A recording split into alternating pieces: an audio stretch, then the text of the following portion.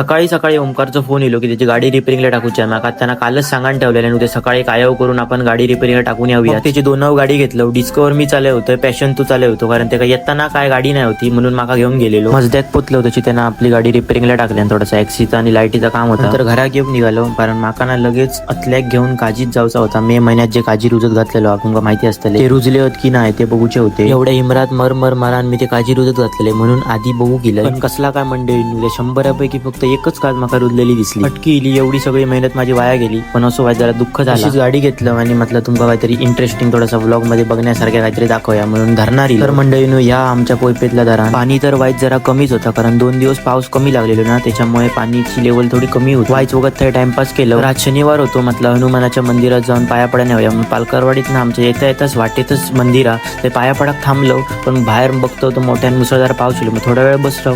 जसं पाऊस कमी झालो तसं घरा घेऊन निघालो. आजच्या व्लॉग मध्ये एवढ्याच जाताना सबस्क्राईब करून जा.